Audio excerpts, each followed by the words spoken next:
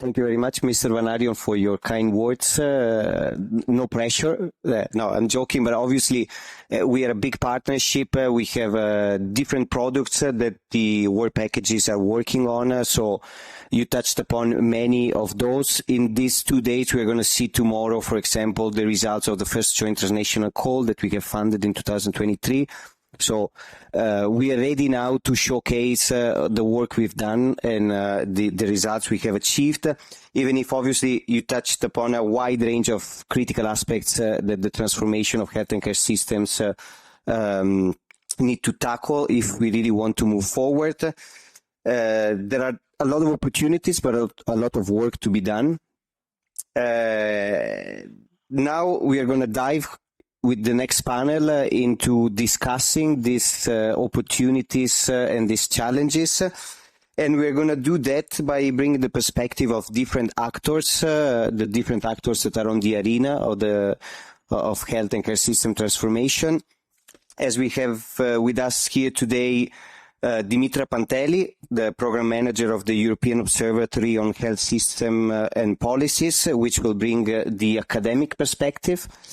Then we're going to have the DG Sante with Luciano Scazzoulis, which will bring the institutional perspective on the table.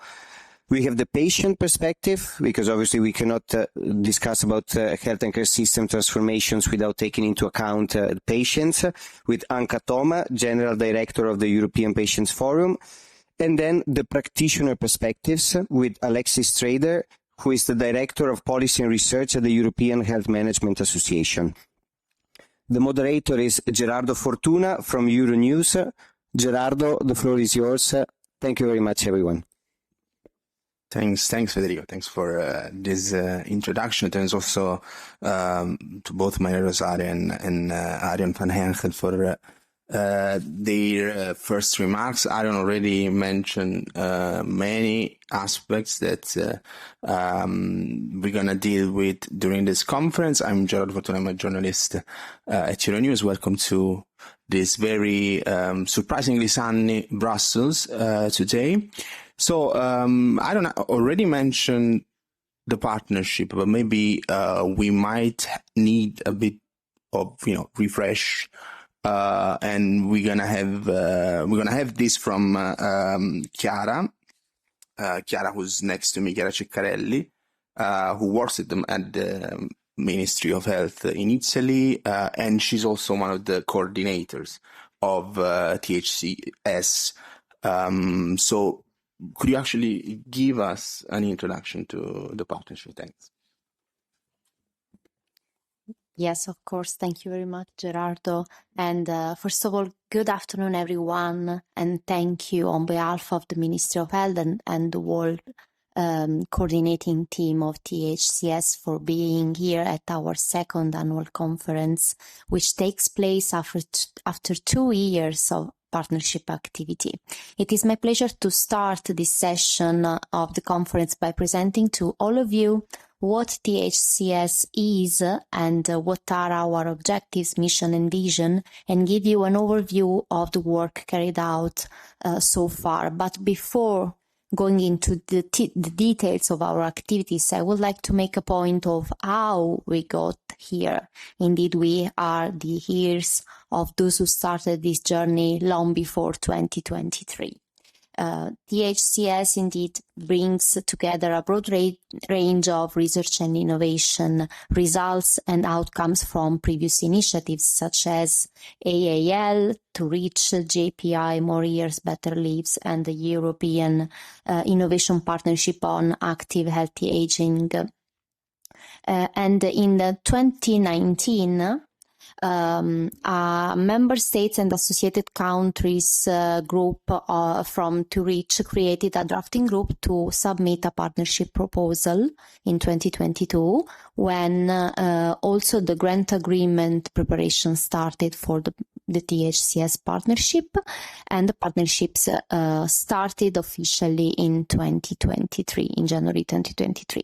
I remind you that THCS is one of the partnership inserted in the Cluster 1 Health of the Pillar 2 Global Challenges and European Industrial Competitiveness of Horizon Europe. It is a co-funded call.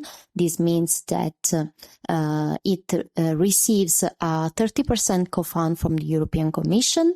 It started, as I said, in 2023, and it is going to last 7 years. At the moment, it involves 64 partners, of which we have 23 member states and Horizon Europe associated countries, 9 regions, but we are enlarging our consortium. The total budget of the partnerships is more than 300 million, so with a contribution from the European Commission, as I said, of the 30%, and the budget is divided into in-kind contributions and in-cash contributions.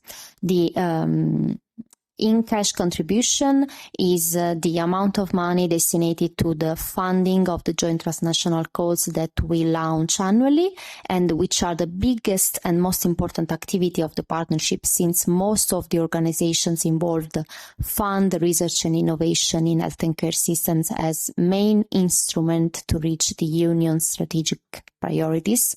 But as well as funding research, the partnership aims at creating a methodological framework and implementing processes for supporting the transferability of innovation across countries and creating tools to transform results into policy.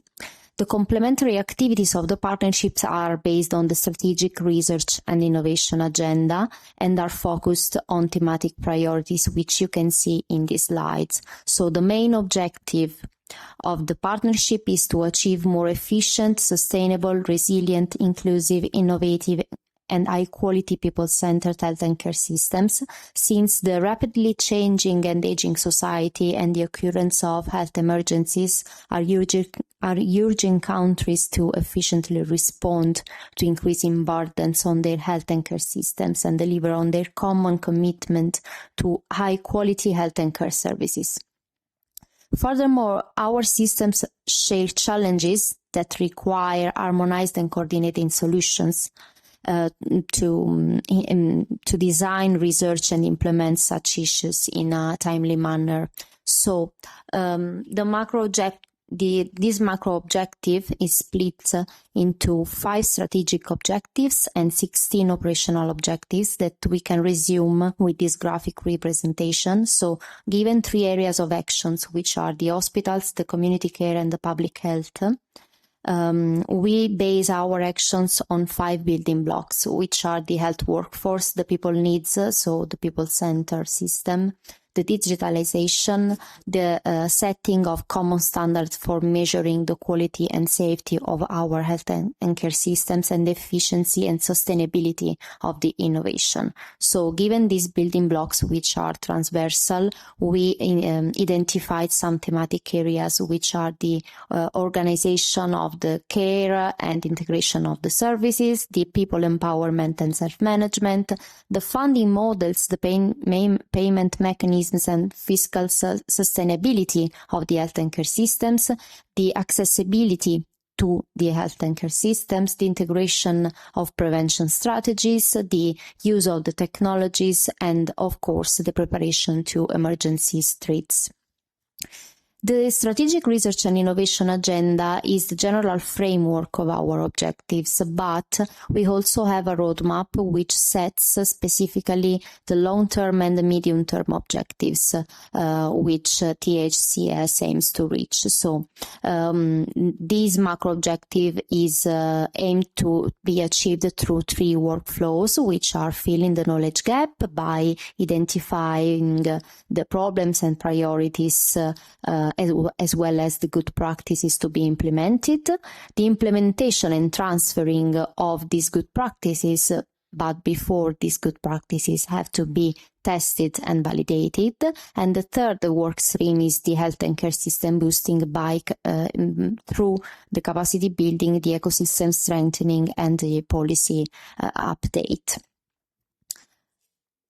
What we expect by following these three work streams are these outcomes. That's to say, stronger local and regional ecosystems, a much better and improved cooperation at international level in the research and innovation field, influencing the policymakers in the decision-making process, but also in the investments, and of course provide innovative solutions to health and care system providers.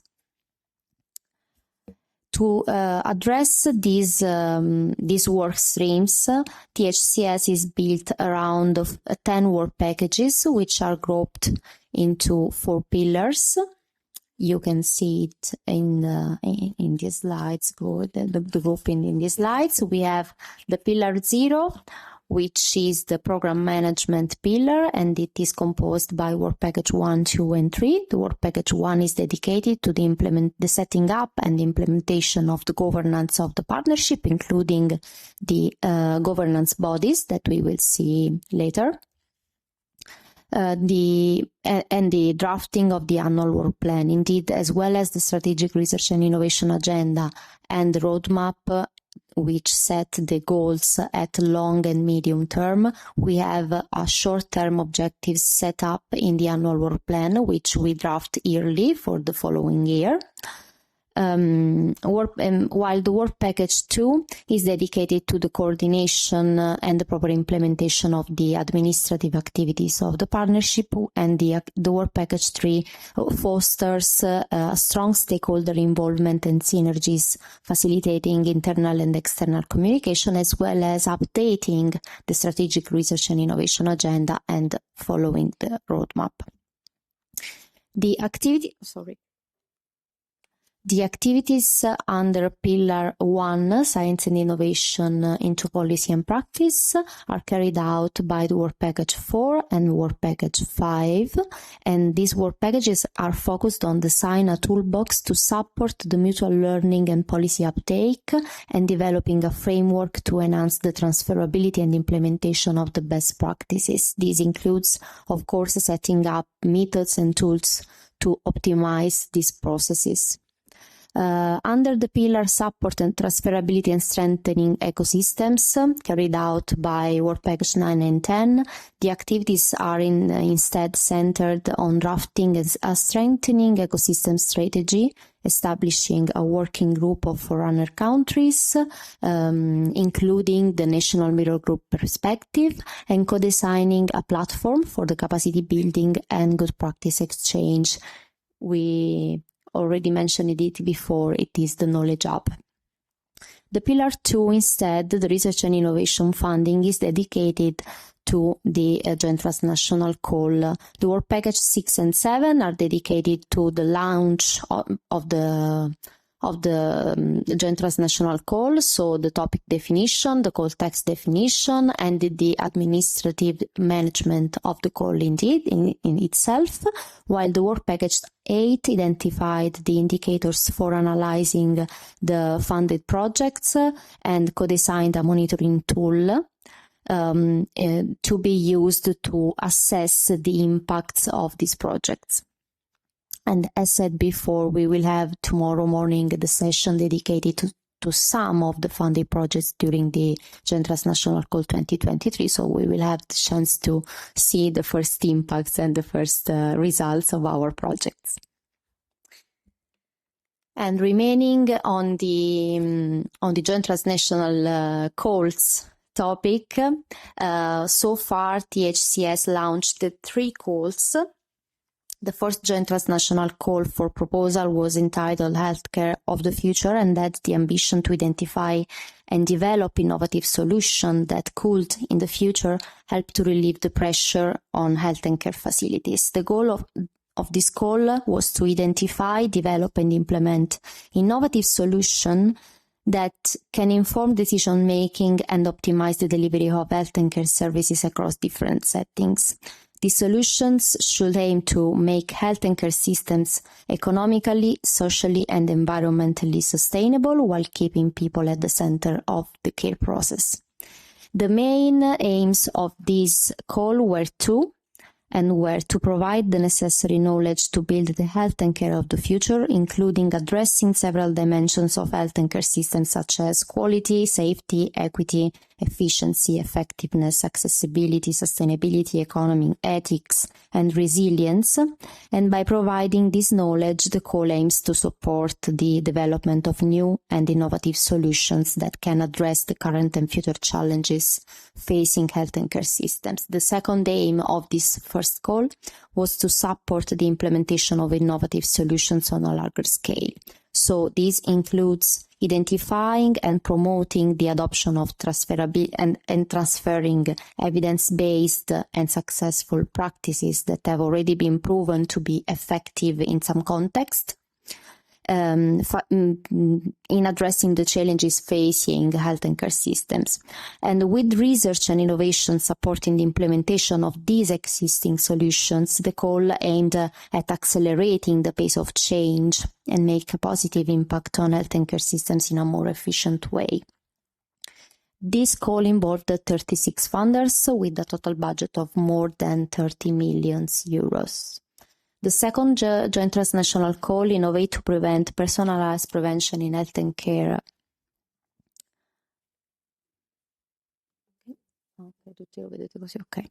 The second, the second joint transnational call aim was to support the implementation of innovative health and care models centered on people and prevention strategies with the fundamental help of existing and emerging information and digital technologies and services.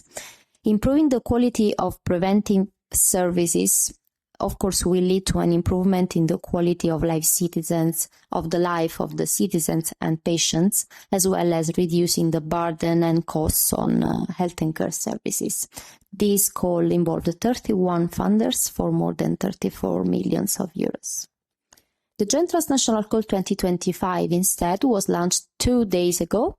It is entitled Better Care Closer to Home, Enhancing Primary and Community Care.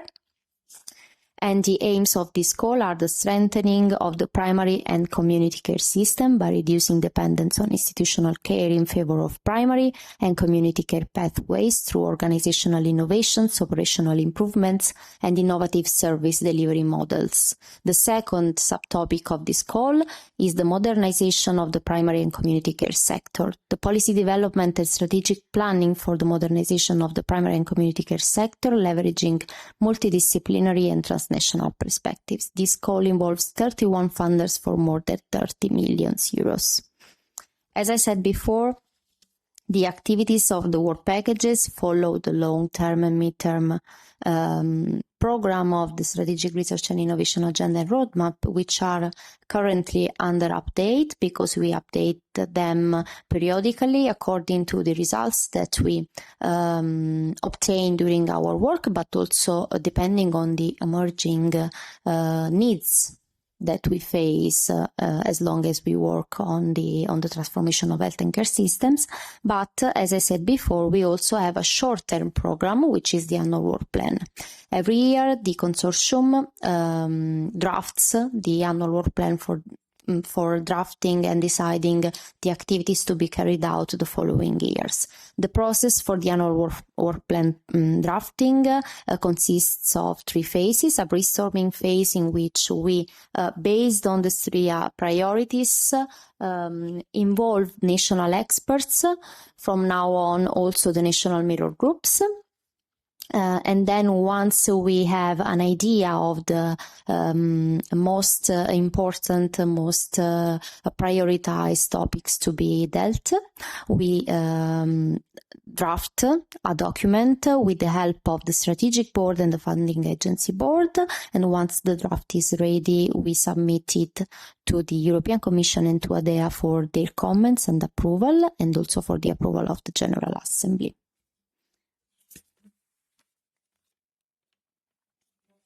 As regards the governance of the partnership, we have a decision-making body, which is a General Assembly, which is composed of all the beneficiaries of the consortium and the associated member states and associated countries, and it is the decision-making body. But we also have a strategic board, which is made up of the work package leaders, and it is the strategic body of the of the consortium. We have some bodies which are external to the consortium, but that provides inputs for the activities of the partnership. And these are the national mirror groups, which are established on a national basis and provide inputs from a national, regional, or local point of view, because we know that health and care systems are so heterogeneous, so we need to collect inputs from all these perspectives.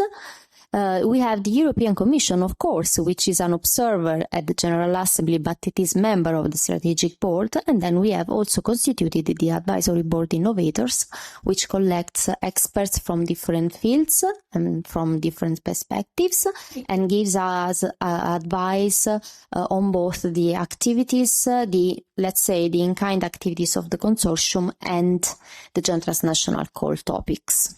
As well as these bodies, we also have the Funding Agency Board. The Funding Agency Board collects all the funders involved in the consortium. The Funding Agency Board decides the topic of the joint transnational calls, and once each funders decide to fund that specific call, we form the call steering committee, which comprises only the funders for that specific call. So while the Funding Agency Board is nearly always the same, the call steering committee varies every year. But going deeper to the core of this conference, so the concept of transformation, which are our ambitions in transforming health and care systems. I resumed our ambitions into these slides in these 8 main concepts, which are the capitalization on Europe's so-called natural experiments, so real-life experience to critically advance the quality of health and care services and system research, optimizing its use and usefulness for informing policy. Address the whole research and innovation cycle, including services as well as technological, organization and policy innovations, in order to co-create and embed new solutions into a system that addresses key outcomes based indicators such as quality and sustainability. Develop a common language and mindset regarding the transformation of health and care systems in order to achieve greater alignment of research and innovation funding in this field. Promote a context-based approach, identifying the enablers and the barriers to the implementation and transferability of innovation. And it was also foster digitalization of health and care systems, including the development of new business models, taking into consideration an ecosystem-wide approach. Trigger changes in health and care research and innovation ecosystems, enhancing the interconnectivity between different research and innovation fields and communities, including at regional and local level. Promote the use of strategic transformation process tools to support health and care system partners in their transformation journey. Align with the goals of Horizon Europe, EU for Health, and other EU funding programs to have a tangible impact on the population of the European Union and all participating countries. And finally, build an outcome based on an holistic approach in line with the WHO Sustainable Development Goals and the 2030 Agenda recommendations. Okay. During these 2 first years of activity, these are the main goals that we already reached. So as regards the Pillar 0, of course, we set up our governance, we formed the advisory board, the national mirror groups were possible on the national basis, and we also constituted an ambassador network. I'm going to talk about it in a bit. We performed different communication and dissemination activities, including this annual conference, and we are updating the roadmap for the next years. Pillar 1, the work package 4 and 5 distributed a survey to identify the health priorities and elaborated a tool for translated evidence into policy, as well as developed a framework for the assessment of best practices and their transferability. As regards the Pillar 2, we already talked about the joint transnational calls that we launched. And as regards the Pillar 3, we defined a strategy on ecosystem-wide approach. We hold several events about the ecosystem approach. We are forming the national mirror groups. We are setting up the knowledge hub, and we also held a workshop on the TSI program to support digital skills to increase quality and resilience in health and care systems. As Arion told before, to overcome the common challenges, to avoid the duplication of the efforts and enhance the results, to leverage the results of THCS as partnership and also the project funded by THCS, we adopted an approach, a synergic approach with other initiatives. So at the moment we identified this list of parallel initiatives which can be of help in some way to the THCS objectives. These initiatives are European partnerships, EU4Health joint actions, other relevant initiatives, CSA, and so on, and constituted an ambassador network. The ambassador network provides advice on the SRIA drafting and updating in this case, but also on the annual work plan development. We take advantage of this network also for disseminating the THCS initiatives, but we also use the initiatives of parallel initiatives, sorry for the for the repetition, that can be of interest for THCS, and they contribute to disseminate and exploit the results that we achieve and our funded project achieve. At the same time, we disseminate the results that can be useful for our purpose. So that said, these are the contacts of THCS. Many of you already know them. You can know more about us on our website, on our LinkedIn channel, but you can also get in touch with us at our email coordination@thcspartnership.eu. I would like to thank you again for the attention and pass the floor to the other esteemed speakers of this session who will give us a more vertical point of view on health and care system from different perspectives: academia, institution, patients, workforce. And all these points of view are essential to achieve our ambitious goals and main objective for more sustainable, resilient and people-centered health and care systems. So we want to take advantage of this moment for discussion and also for collecting inputs for the work that we are going to perform in the next years. So thank you very much. Thank you. Thank you, Chiara. Thank you, Chiara, for I actually find fascinating all this organization. I have the fetish for this kind of how it works, who takes decision, and also to see the structure, because I mean sometimes we're so focused on what's happening in Brussels and or also in regions, and we don't know how the functioning of this kind of experiment, like this partnership and so on. So thanks again for this very detailed presentation of what the partnership is.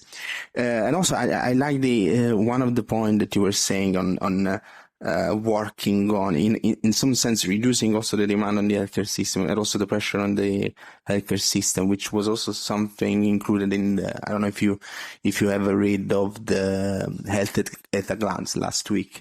And there was something on this, because I mean we're gonna have it's gonna happen, a shortage of workforce, and it's also good to, I mean, this is also innovation, so basically transforming the healthcare sector in a way that is actually compatible also with the capacity. So thanks again, Chiara. We move now to Dimitra Panteli.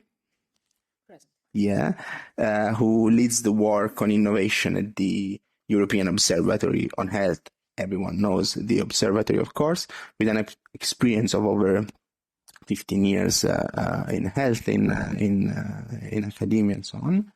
And as Federico was saying before, she will bring the perspective, the academic perspective, on in this debate.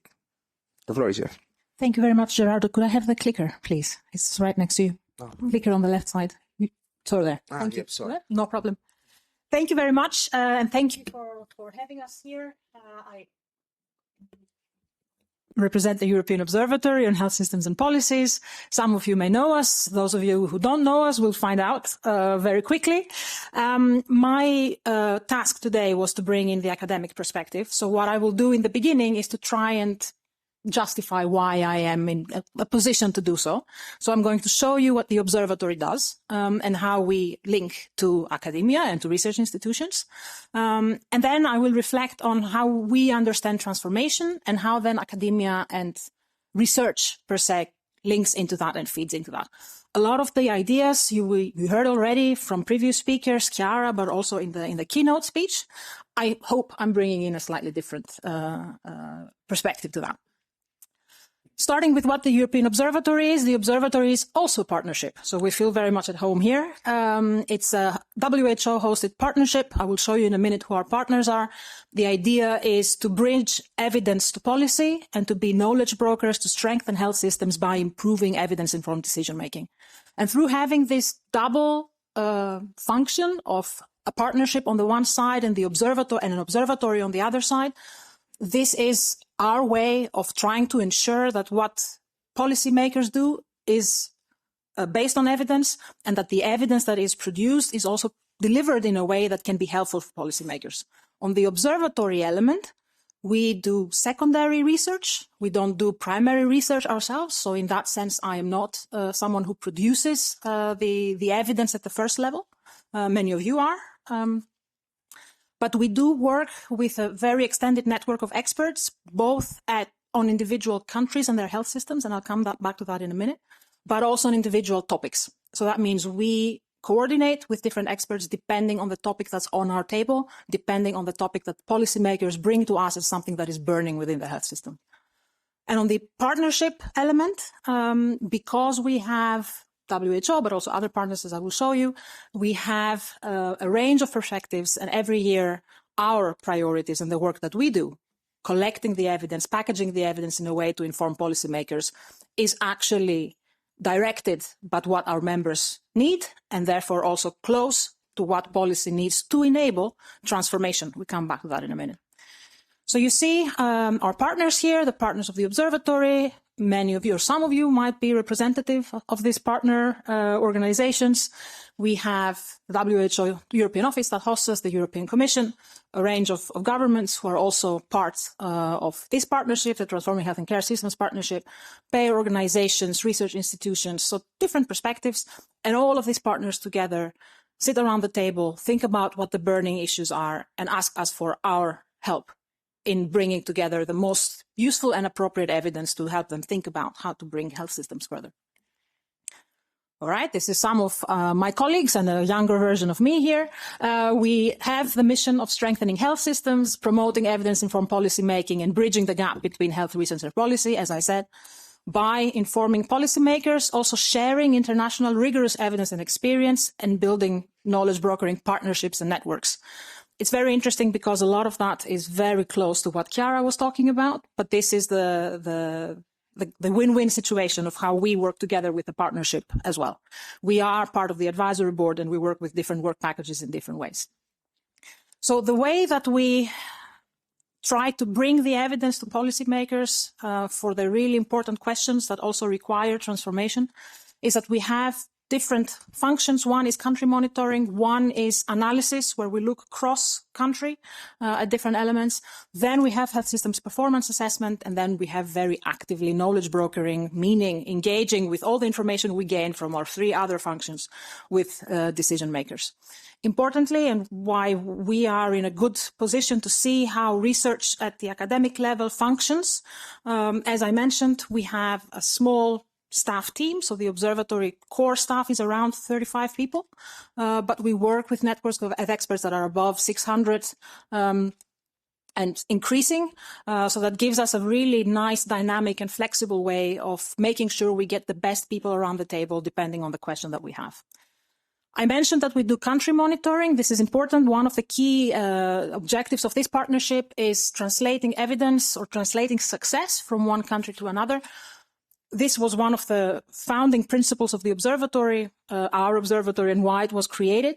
So one of the core things that we do is country monitoring. So we have a number of products. Some of you will know some of them. Health Systems in Transition reports is the classic, this purple top left of your slides, but we have many more, including in recent years, the really successful series of the state of health in the EU country profiles. Some of you might be even involved in producing them. And if you're not aware of them, bottom left of the slide, I would really encourage you to go and take a look. But the reason why I'm saying this is because behind all of that work that we do, looking at how health systems work, looking at what reform processes are in progress, looking at what works and doesn't work, is a really big network of academic experts. So we know that these are motivated people who want to feed into transformation, who want to inform policymakers. And because it's often not easy when you're at an academic level to reach the policymaker, we have institutions like the Observatory and we have partnerships like this one. So this is one key thing. So for academia, the perspective that, you produce a lot of good evidence. I was in academia myself many years. I review a lot of papers. Often my peer-reviewed commentary at the end is, I lack the so what in the conclusions. So you found something really important. What does this now mean? So what does that mean for the health system that you're describing or for the care setting that you're describing? What does it mean to move forward or to address the issues that you raise? So if you've received a comment like this in your paper before, it might have been from me. Right. So we don't only do country monitoring. We also, as I mentioned, do analytical work where we work not with country experts, but with experts in individual fields. You see here some examples from recent years. Primary healthcare, a very new product, which links very nicely to the current call of this partnership. And this is another thing with academia, where partnerships like this can help, which is that we need new evidence for transformation, and we definitely don't want to duplicate the evidence that is already there, because we don't want to waste our resources into doing, again, something that someone else has already done. So one of the key reasons why working together is important is that we can know what is already on the table. So, for example, the orange book here on the left-hand side summarizes key evidence on a range of topics around primary healthcare. If we have good evidence for those issues, we don't need new projects looking at the exact same thing. We might need a project that looks at how to implement what we know from the evidence that already exists in a particular setting, but we don't want to duplicate everything that is already there. You see a range of things here, all working with experts from on that specific area. Skill mix innovations, we heard about the workforce struggles that we already have, and they will keep getting worse. So there are new innovative ways that we need to approach that. Resilience, in particular, in the aftermath of the COVID-19 pandemic, but also how we embed health in all other areas of decision-making with Health for All. These are just some examples to showcase, we work with a really broad range of different experts, and that is absolutely necessary for health system transformation. We heard in the beginning, transformation is about making sure that we implement change at a level that has an impact for population health. It starts often smaller. It starts with good ideas that are piloted in a specific setting, but if we want to talk about transformation, it inherently means scale. So this is something that we really also need to think about. I'm going to jump over this quickly to come to the actual point of my presentation after a really long introduction, or part 2 of the presentation, I should rather say, which is I showed you on the previous slide a number of studies that we do. And I also told you that we are knowledge brokers, that we try to bridge evidence to policymakers. And if I give you a book of 500 pages and you're a policymaker, you're most definitely not going to read it. So we are trying by formats that are shorter, that are digestible, to increase the chances, actually, that one of the goals of the partnership, that policy actually engages with the evidence. So we have what our policy brief series is. Our aspiration is 20 pages. After they are not 20 pages, they're longer. But the aspiration is to have something short that summarizes the key points that are relevant for policy. And you see here again a range of different topics: digital health, investing in health, addressing backlogs after the pandemic. On the right-hand side of the slide, there are 2 briefs from the Tallinn Conference on Strengthening Health Systems from last year, from 2023. on trust for transformation and financing for transformation. So the topic of the Tallinn conference was trust and transformation. And through this, we created a policy brief series of 5 policy briefs. These are 2, trying to map the areas that are really important to enable system transformation. Trust by people, by professionals, by policymakers, and the interconnected relationships is really important if you're implementing large-scale change. So is money. This is clear. We also had other areas of focus, like how we measure performance and how we can give baseline indicators to policymakers to see where they are with the health system. But we also created this brief, which is transforming health service delivery and what policymakers do to drive change. Now, you might be thinking this is the academic perspective. Why are we taking the policymaker perspective in the question? Because effectively the goal here is transformation. And I repeat myself, in order for transformation to happen, decision-making at the higher level needs to listen. And so thinking through from the opposite side, like where we want to go, can help us figure out how to engage with the people who will actually make the decisions. So what we say in this brief is that health systems are complex systems. I'll justify that on the next slide visually.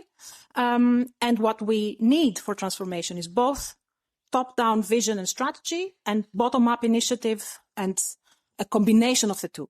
So one way that we see policy sometimes is trying to impose certain ideas or certain processes on a system. Health systems don't work that way. So the system needs to be able and willing to change in order to actually change. And the role for policy then is to foster this. If we look, and this is just for the fun of it, and because I like these graphs very much myself, the complexity of health systems on the left-hand side, you see this is just a macro picture of Germany's social health insurance system, federal country, different associations. It already looks quite complex, but it's just the social health insurance system and the payment mechanisms and how money flows. This is a picture of the US health system under the Affordable Care Act. So this is also just to say, if you as a researcher trying to figure out like which part of all of this should I focus on to enable transformation the way that it matters? It's not an easy thing to do. The perspective in the policy brief is from the policymaker perspective. And there the idea is that if you are a policymaker and you want to catalyze change, you need to master this somehow. You know how the political economy works in your system so that you know who you need to convince about what, who you need to support with what, and things like that. And of course, with health systems are not in space. They don't function in isolation. They are affected by political changes. And that is even more complex. So this is the favorite picture on the right. This is the political system of Austria. And somewhere in there are the health system actors. So complexity, if you want to manage it in order to harness a window of opportunity and get the right support to transform your health system, is something that you really need to be able to deal with. It also puts in perspective why the job of transformation is so difficult. All right, so then, if what policy can do for transformation is to provide vision and strategy and provide the resources for the system to change, this is what we conclude in the brief. Policymakers need to do all of that, so they need to build a shared commitment around a given goal, but first they need to know what they want to change and how they can achieve that.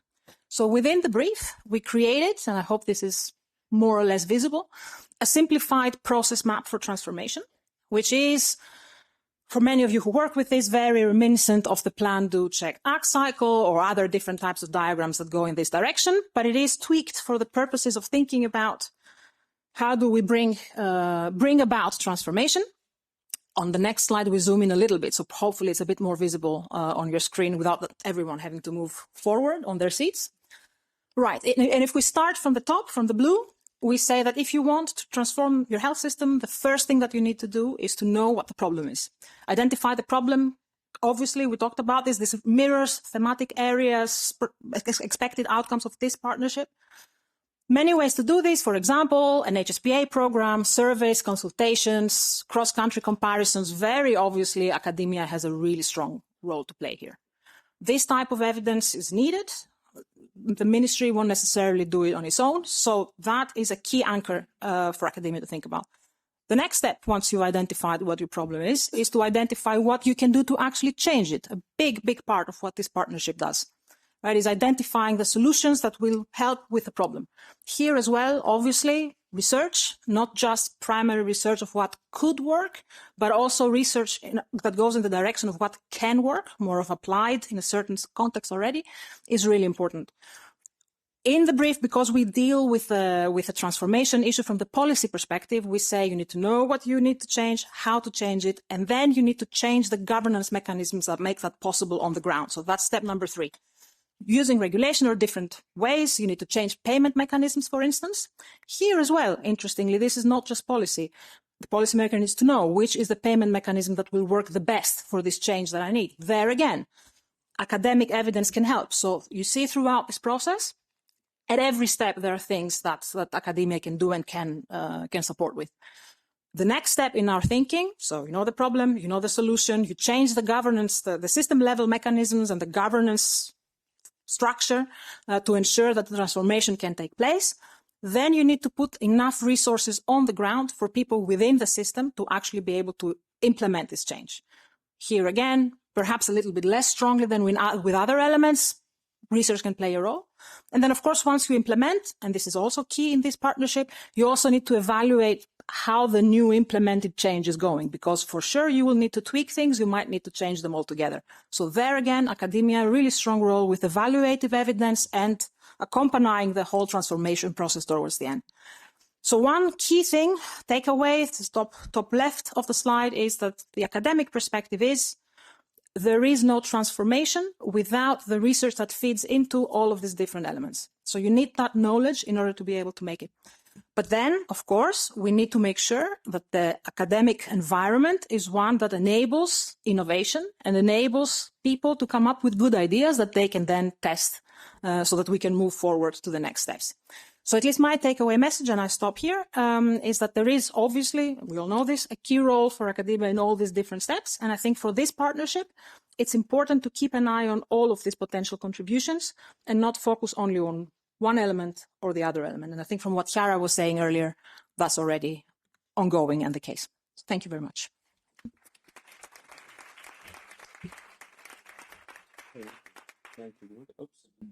Thank you, Dimitra. Yeah, thanks for this great presentation. I was a supporter of the observatory. Now I'm a fan. Thanks to you. And also to explain to us the actual role, because sometimes we just talk about how academia could be important, but then you actually give good example of the support of academia in identifying a solution, as you were saying, to sort out problems, but also something unusual that you say on the importance of transformation that actually means scaling up and scale. And as you said, again, this is super important. We need new evidence, and sometimes there's also the risk that duplicate the efforts of academia, and the role is also of this partnership to, as Chiara was saying before, to basically capitalize on natural experiments. So thanks again for your very insightful presentation. We move now to Lukianos Gatsoulis from the he's a commission official. He works at DG Sant. He's responsible for, of course, reforms and investment in the health system, HTA, European semester, many things. And he will bring us the perspective of the policymakers. Good afternoon, colleagues.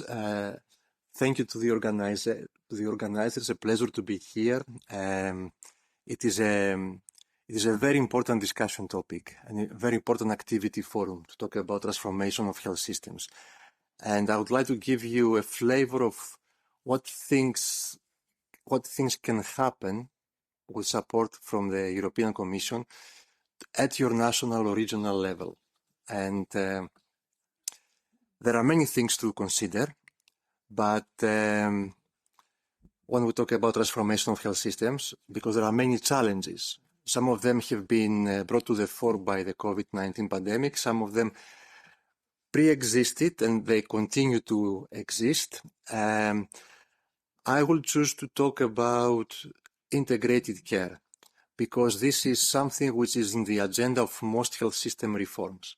And this is something which is rather complicated to do. in practice. And how can I put it simply? Let me say that with all the knowledge in place, all the nice results from the pilots available, a range of good practices that tell us, hey, it works here, we have some nice evidence, it is not impossible.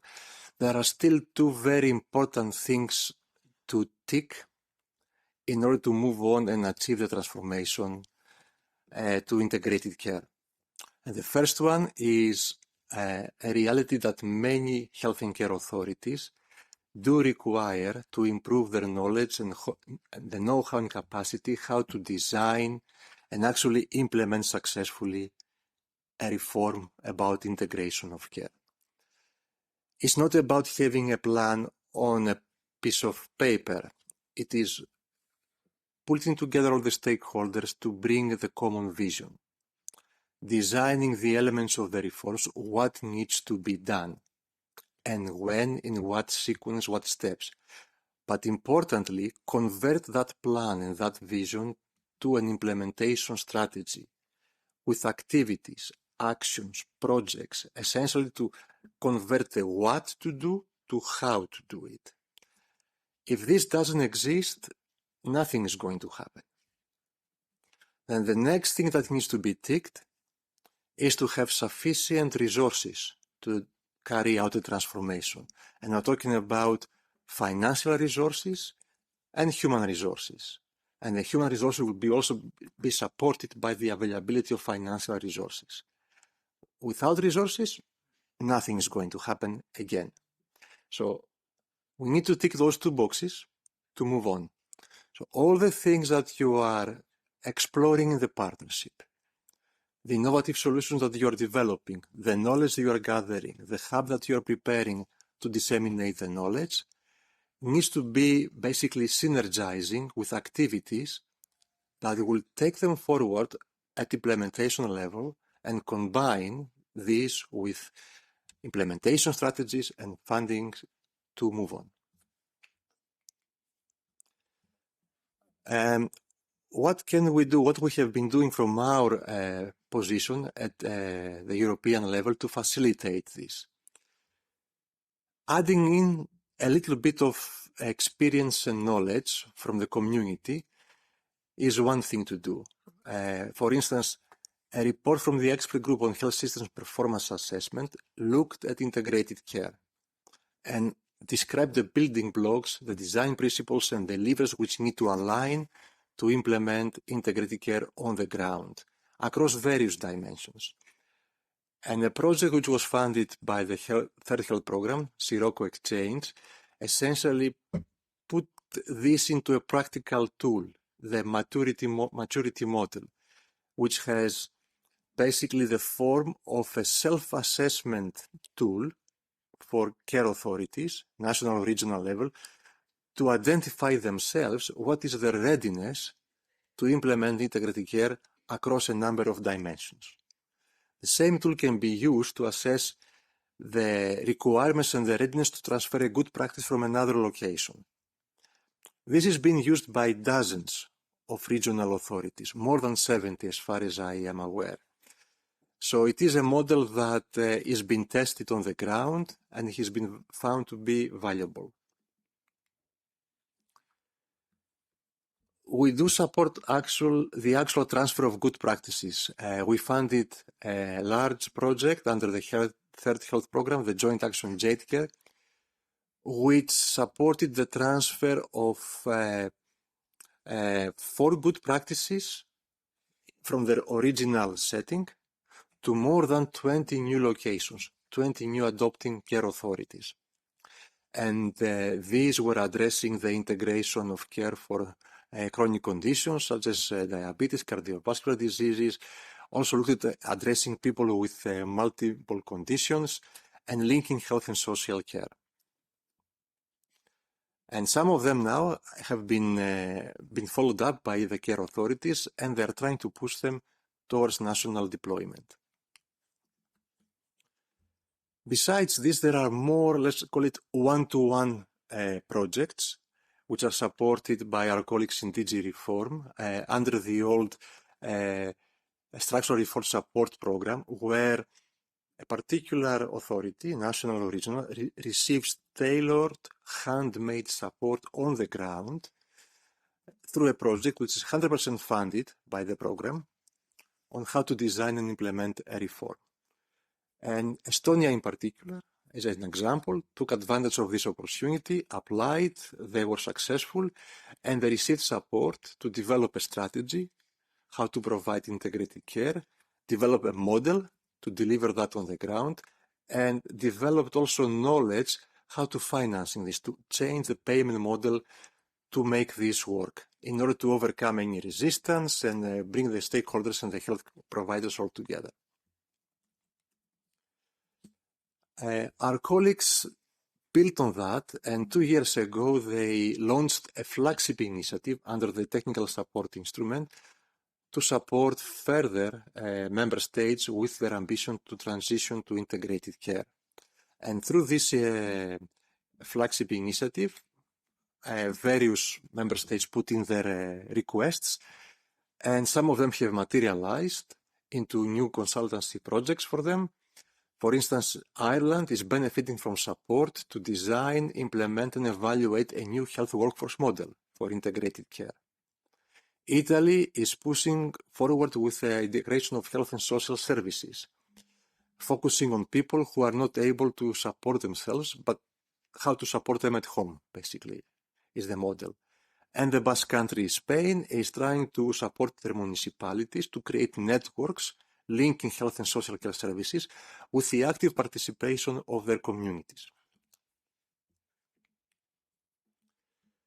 This is, you may have realized, very relevant to the first condition that I mentioned before, the first box to tick. Now we'll talk about the second box to tick, what kind of funding resources can be made available. I am sure, I would like to believe that all of you are aware of the Recovery and Resilience Facility and the Recovery and Resilience Plan in your own country.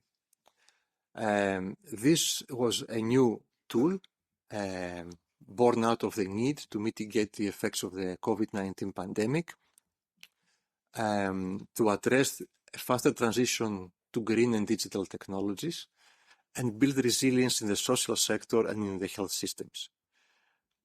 All 27 member states have part of their measures in these plans targeting health and health systems. And in total, more than 42 billion euros are dedicated for improvements in health systems across the 27 member states. So, without being exhaustive, telling exactly what each plan is doing, I'm zooming into some examples of measures which support integrated care in some of these plans, in these national plans. So, Estonia, remember Estonia, they took advantage of the technical support. Now they are moving on. They are trying to actually achieve and improve the integration of health and social services on the ground, following that support. In Spain, there is a large reform on primary care going on and includes integration of care as part of its component, the primary care being the central point of integration. In Italy, something similar. There is an ambition to develop these proximity networks where integrated care services is a very key part. Latvia has a broader ambition of developing a more integrated and more comprehensive and more responsive health system, and they have developed guidelines how to integrate care. In Belgium, they are developing digital tools to allow integrated care to be applied by the multidisciplinary care teams. France and Portugal are expanding their networks for support to elderly care, who have, of course, complex needs for health and social care. In Slovenia, they are doing this, again, under the umbrella of geriatric care and with the use of geriatric mobile teams. Similar concept in Romania, doing that at community care level. So you see, there are things happening. We are trying to help. And I hope this is complementary to many national efforts, because what we can offer at EU level is not a solution to everything, and we cannot cover all the needs. But hopefully it is more than oil in the machine to help you go forward and add in more from your national and regional resources towards what you want to achieve. Thank you.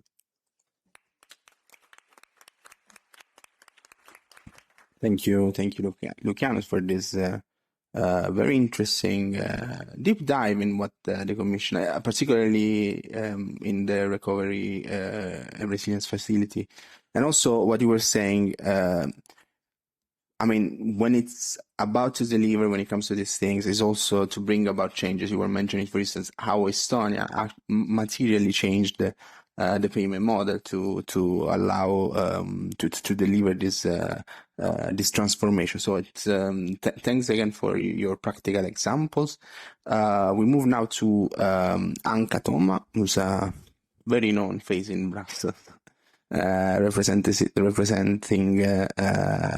the European Patient Forum. So she's going to bring now the patient perspective. The floor is yours. Thank you, Gerardo. No pressure, I guess. Good afternoon, everyone, and thank you very much to the partnership for inviting me here. I'm here to deliver a very simple message. As we're, I do have more slides. Do not worry. The slides will come, I think. But if they don't, that's okay. You can receive them afterwards. My simple message is, as we are discussing the transformation of health and care and building towards the future of health care, health delivery, primary care, and public health policies, let's make sure that the users of healthcare services are involved in the development of every new solution that impacts them.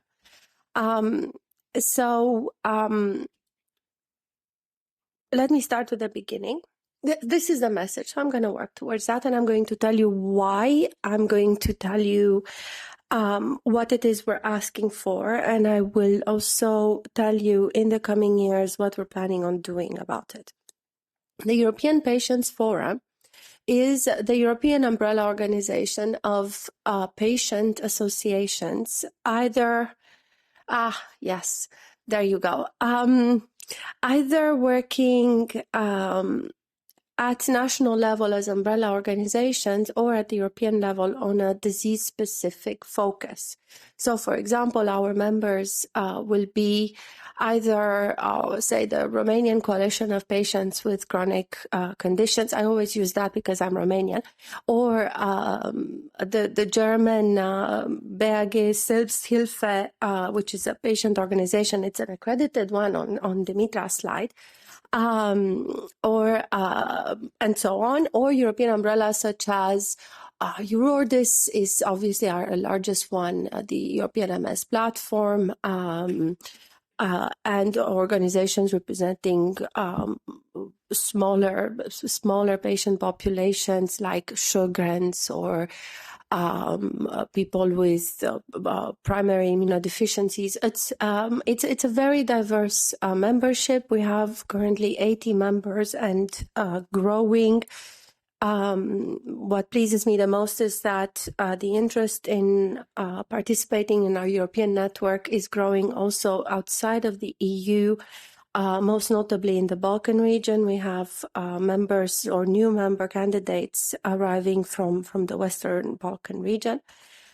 Our mission is to ensure that patient organizations are valued partners in creating equitable, person-centered, accessible, and sustainable healthcare systems based on the unique experience of patients. To do that, our mission is to amplify and advance the interest of patient and patient communities by strengthening their collective impact across Europe through effective advocacy, education, empowerment, and partnership. Here I have to make a little disclaimer. We use the word patient. We refer to patients as encompassing a large group of people living with chronic conditions. If you hear patient, you may think immediately life-threatening. No. We are representing people with all sorts of chronic conditions, as well as carers for people with all sorts of chronic conditions. And as such, through our membership and their membership, we strive to represent the interests of 150 million people in Europe who are intensive users. They're more intensive users of healthcare services, and this is why this is important. Why patient involvement? Well, because healthcare decisions ultimately affect patients' lives or their carers' lives, because patients are not just users, but they can also bring experience in how they navigate their healthcare systems. They can point to issues and challenges, and nobody knows their condition better than a person living with it. Patient organizations represent voices of specific populations. There's an equity aspect to it, because patient organizations represent people whose voices may not otherwise be heard. And in terms of patient-centered healthcare, they also represent they can represent the patient's voices in shaping initiatives or policies that go towards the transformation of healthcare systems, the implementation of patient-centered healthcare. Patient organizations, finally, also have a role in building capacity or training their members to be represented and training their members into how systems work, how advocacy works, and enabling them to have that voice. There is a dual sense in the communication. So this is why we ask for patient involvement. What it is we ask? At EPF's 20th anniversary in 2023, I'm sorry, I'm getting my years wrong. In 2023, EPF turned 20. And together with our members, and this actually was stirred by work done in Czechia by our national coalition member, together with our members, we developed a manifesto for the involvement of patient organizations in healthcare policy and practice. About 10 years before, EPF had developed a patient manifesto, which was centered on the human being and in the relationship of that human being with their care provider. The sister manifesto that we have adopted last year is about the mirroring of that relationship between the patient organization, which is the representative of organized patients, and the health system, which is, the macro level of the care provider. And we had 10 asks. I'm not going to list them all because they're long. There's a QR code. You can download the manifesto if you'd like. The idea is, what we're asking for is for patient organizations to be meaningfully involved in the design, the development, the implementation, the measurement, and the continuous improvement of healthcare systems. This in itself is fairly transformative because traditionally, pardon me if I'm being conservative, but healthcare systems were designed to serve patients, but they were not necessarily designed around patients' needs. They were designed around services needs, around providers' needs, and not necessarily with the mind towards the users. To do that, we ask for patient organizations to be involved in, for example, parliamentary committees when laws are discussed, in the organization of, I think we're still on the green slide. On the organization of hospital services and care, in the evaluation processes for healthcare policies, and in any programs that may be designed at raising health literacy, for example, because nobody speaks that language better than people with lived experience. So yes, next slide. I don't think this works. Where we are now and challenges ahead. What we have seen in recent years is that patient organizations have increasingly transitioned from knocking furiously at the door and saying, hey, we want to be heard, to actually having a seat at the table, or at least having an open door. This has also been, and the representative mission of patient organizations has also been enhanced by social media that facilitates the community building and mobilization. With drawbacks, there's no perfect way, caveats exist, but it's there, and it is an enabler.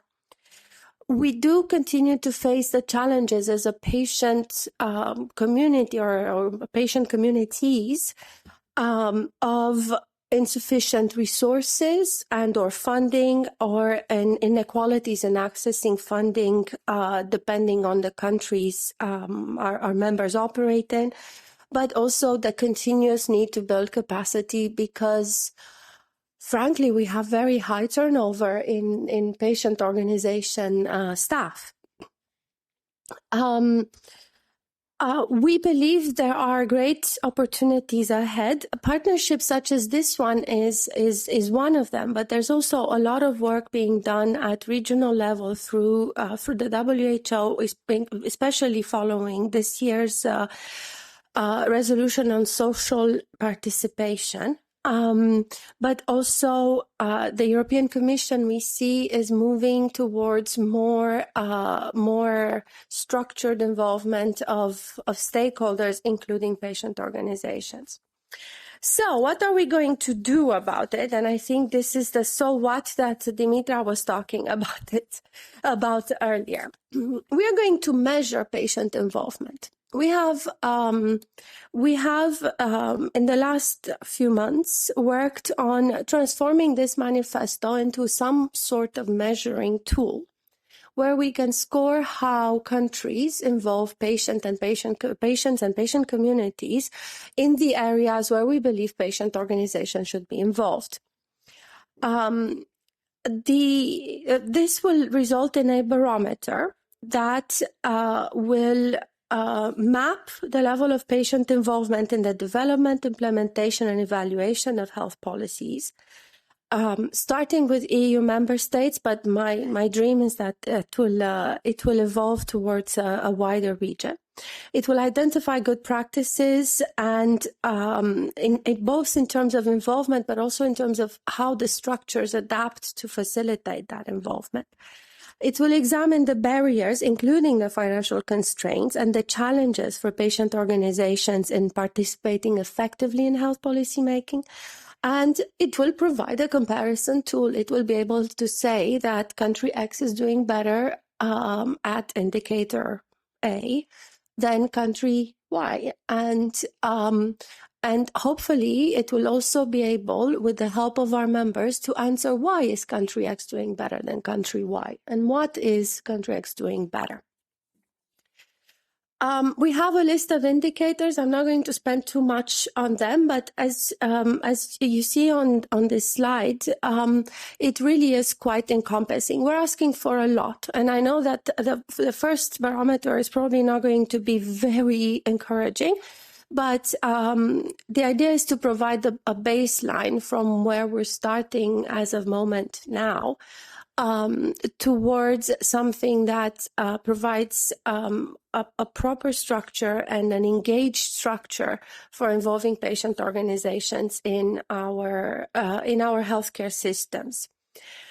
In terms of timeline, and I'm going to end here, we aim to develop this research and to develop the report in the next few months, with a goal of finalizing and launching it in November next year at our biennial Congress, which funnily enough next year will be centered around the concept of the future of healthcare and defining a patient definition of what future healthcare should look like to deliver for people with chronic conditions. Thank you. Thank you, Anka, for having offered us the revealing moment of this first panel. That European Patient Forum is not about patients only. There are also carers. You were mentioning before about the patient involvement, but there's also some discussion about at the moment at the policymaking level about the budget. We don't know if there's going to be a EU for Health in the next multi-annual financial framework, which is basically the long-term budget. And there's also some, some sort of conflict of interest that goes when it comes to patient involvement. I don't know if you want to say something on this in particular, budget and the issue that we were already mentioning about the funding. Yeah, sure. But I don't know any more than you do about the funding. I wish I did. No, ask number 7, I believe, in our manifesto is we call on healthcare systems to create mechanisms for sustainable funding to enable patient organizations to contribute that knowledge and that expertise in a meaningful way. So in a sense, it is about the money. And what I did also say is that there is not enough public funding for patient organizations. And this is why many patient organizations do rely a lot on private funding. That then creates the appearance or the existence of conflict of interest. We manage that at EPF membership and EPF level through very strict rules on what we can accept and in what conditions. I'm very confident in our own independence. However, the absence of consistency in public funding continues to create this problem. And I think it can be very tricky to exclude patient organizations from participating because of their funding models when there is no alternative. It's not equitable. And so I certainly hope that these mechanisms, we can have an open and honest discussion about what these mechanisms can be, because we are not big budgets. Patient organizations do not. We can do a lot with very little. So this is not a question of this is where the health system's monies are going to go. It's not like that. I think it's very clear. These are all the curiosity that you have when you put a journalist doing this job. But we're moving to the last speaker, who's Alexis Trader, Director of Policy and Research at the European Health and Management Association, who basically bring in the practitioner perspective. So the floor is yours, Alexis. You need indeed. Thank you very much, Gerardo. Good afternoon. Thank you. Hi, everyone. It's great to be here. Thanks so much for inviting me to join this panel. And I'm excited to share with you something I hope you'll find innovative and interesting. When I was invited to speak today, I was trying to, as I read the purpose of this panel, the objectives, translating theory into practice, there's a whole lot we can do in terms that I could have shared with you in terms of health management. But I thought today I would just share one project. But before I dive in, first I want to explain what EMA is, the European Health Management Association, in case you're not familiar with us. We're a membership association, and our mission is to spread knowledge on effective health management. It's as simple as that. And before I share more on the HEART project, which is what the topic of my presentation is, I thought I would set the stage a bit and give you some context. But I hope that you'll find this at least somewhat interesting, because it's really showing kind of how we think outside the box in terms of health management, who's involved in public health, and how we can translate what we're doing as practitioners into real life applications. Okay, so as promised, a little context and background. I'm going to be talking a lot about green and blue spaces, blue-green spaces, about this project. So green spaces, you're probably already familiar with. There are many in Brussels. We're quite lucky, if you live here, to be surrounded by many parks. But these are green spaces in urban areas, so parks in Cantonaire is a good example of this. We also talk about blue spaces, which you may be less familiar with. These are aquatic areas. I used to live in Copenhagen for many years, and I enjoyed very much spending time in the harbor. So this would be a good example of a blue space. And so in most cases, we know that by now, I think most of us realize that spending time in blue-green spaces has a positive impact on our health, our mental health, and our physical health. But do we really have evidence to prove this? And how can we go even farther with this information? So you may be surprised to learn that there's not a lot of research actually around this. And there's lots of reasons why. One is because it's really hard to, with all the other factors involved, to pinpoint the health benefits of blue-green spaces. So some have tried, and I'm showing a couple of examples. This is one on this slide that was able to show how spending time in blue-green spaces decreased the need for depression and anxiety medication. But this was a very limited study and isn't necessarily applicable across large populations. Another example is this one, which shows that spending time in blue-green spaces improves cardiovascular health for people over the age of 65. So this is a good start, but we want to take it even further and say what kind of spaces, how in particular, and where can we pinpoint this? Because the next step in this is the practical application and saying, how are we going to build urban areas that not only are enjoyable and beautiful to look at, but are also improving our health?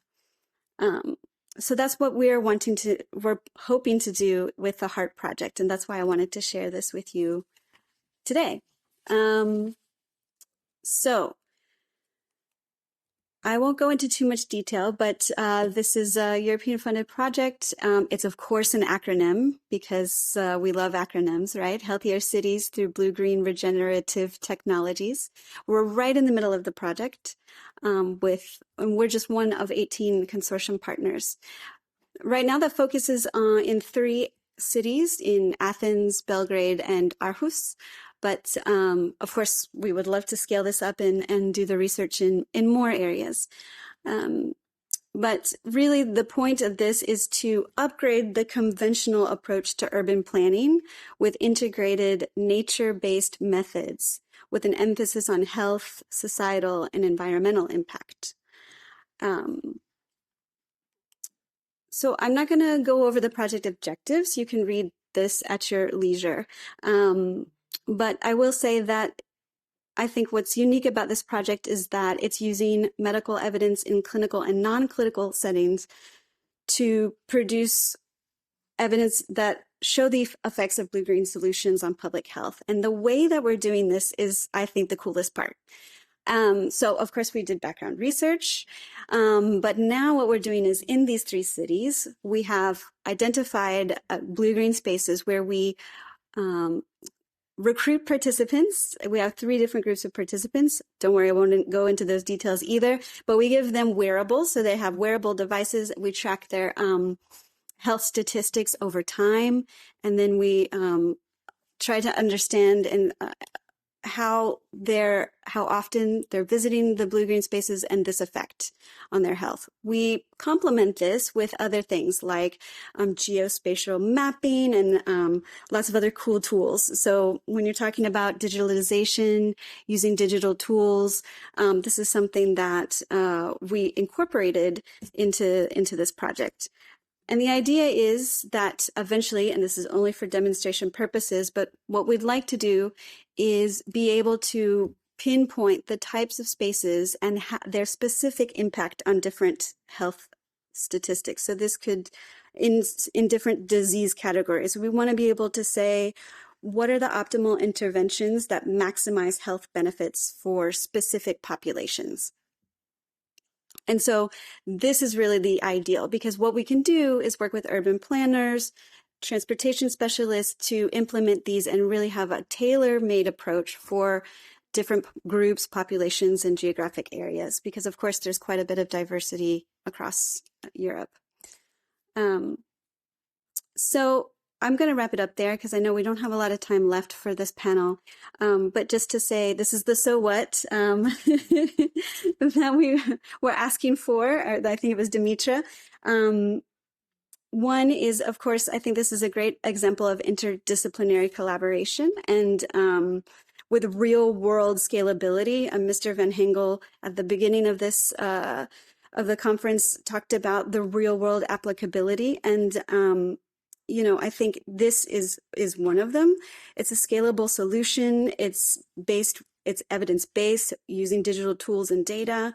And as Anka highlighted, it's involving the users, in this case, not just patients, but community members in the development and in the research and the creation of this evidence. So for me, that's the most exciting part.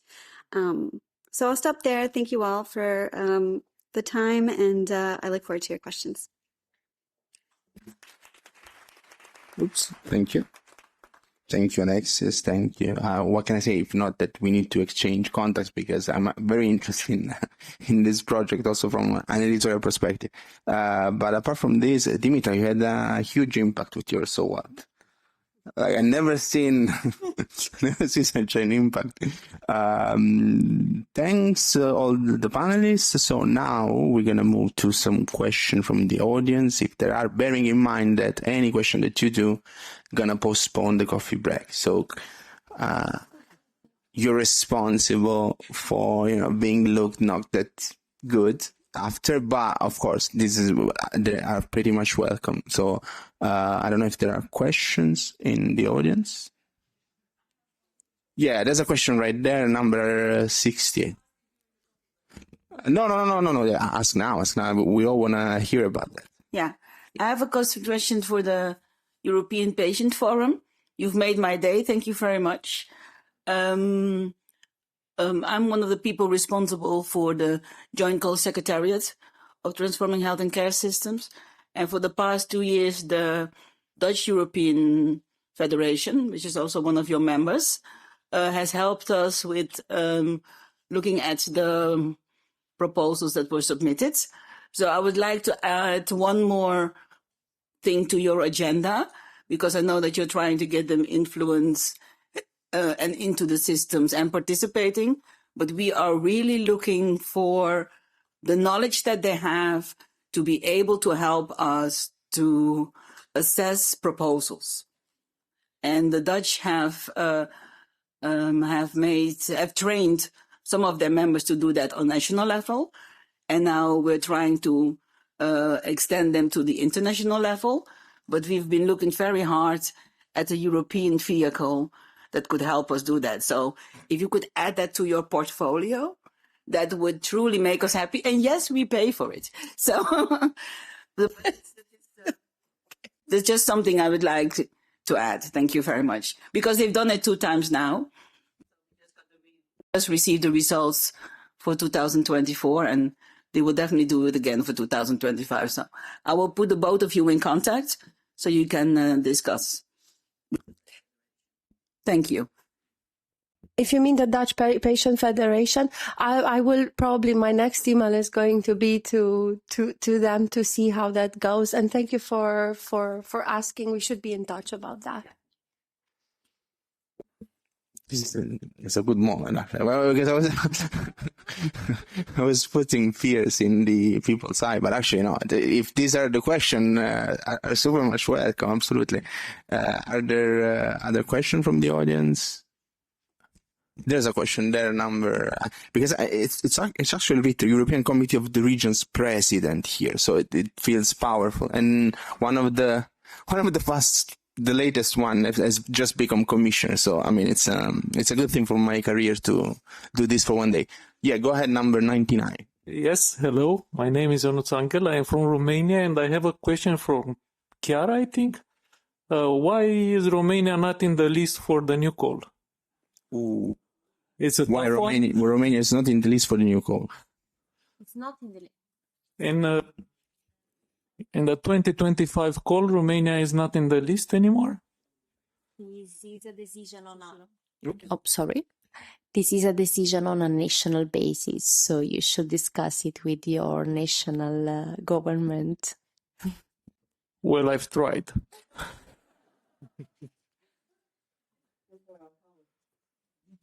I don't know if there's a representative of the Romanian government in this room, no? Yeah, so it's a national issue. Yes, depending on the topic and depending on the availability of funds of the country, the partner decides to fund or not to fund each joint transnational call. Okay, thank you. Thank you. Other questions? No. Actually, I have a question to Alexis, also because she was fearing that she would have been accused of delaying or postponing the coffee break. So I just want to know more about the impact, the potential policies impact of such projects. If you can elaborate a bit more on that, without any fear of delaying anyone coffee. So. Okay, I'm watching the clock, Gerardo, so don't worry. I'll try to keep it brief. I think that there are many policy implications, probably too many to talk about here, but I can give some examples. For one, I think what probably came to your mind if you were while you were listening was mandating blue-green space integration into zoning regulations and development plans. So in urban areas, as new areas of development are approved, that they bring in an interdisciplinary team that includes community members, but also health managers to consult on this project and advise in terms of the blue-green spaces in those areas. There's also, a policy implication of investment. It's always about the money, right? So, investments in blue-green infrastructure and perhaps public-private partnerships, and funding certain initiatives to, implement this, scale this, replicate, however you want to call it. I think for me, what's also really important is to encourage health impact assessments. I feel like we don't do this enough as a standard part of urban development projects. So I think this is another potential use for the outputs of the evidence that we're creating and generating in the HEART project. Thanks. Thank you, Alexis. Dimitra just asked me to take the floor, but I'm going to give it to you. Don't take it too rude, but so what? Yeah, exactly. So what? And I promise this will be shorter than my presentation. I would just wanted to build on this because one of the things that we've been discussing is, and the new call is primary care and strengthening primary care, right, colleagues? Yeah, right. So we were also discussing the notion of social prescribing, but also green prescribing as a way of improving health. So you are focusing in this part on the structural, on the infrastructural side of things. But then there's also this other side that says your health professional can tell you as a patient, why don't you just go more into nature, or Anka will now be mad at me because it should not be unidirectional.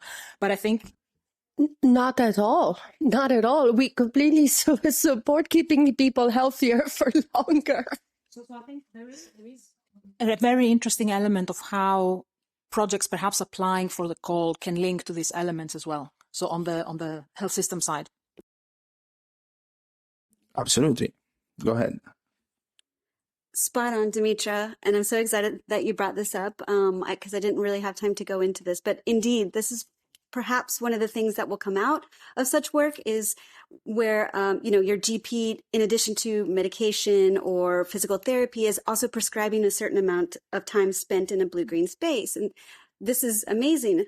My only concern with this then is the equity aspect of it, because we know that usually you find blue-green spaces more often in more affluent areas and more, as we call it, concrete jungles in less affluent areas. So how can we make sure that people have access, everyone has access to these blue-green spaces? So I would very much like to explore this more, but I thank you for your comment and I agree. Nothing to add, Anka, because you've been... it's because I said that you're well known, so now people are scared, but in a positive way. She's well known in a positive way. Okay, so we're... unless someone else wants to ask any question, but I don't think so, particularly after my premises. So thanks again to all the panelists. Thanks again for you for being here. And of course, we've listened a lot about these outstanding issues to address from Chiara, the capitalization on natural experiments of the partnership, this attempt to create alignment between research and innovation funding, but also Dimitra. So the fact that policymakers should actually, what they do should be science-based, hopefully. And it's not that easy sometimes. And you guys know that, and he told us about the attempt from the Commission to convert what to do and how to do. This is one of the best quotes from today's discussion, and also making clear that users are involved, which is the main message. Users, so patients, carers, and so on, are also involved in the policymaking process, in this partnership as well. This was the message from Anka, and clearly the power of real world project that Alexis was describing to us before. Thanks again, and as I promised, you can go to the coffee, well-deserved coffee. So yeah, thanks again.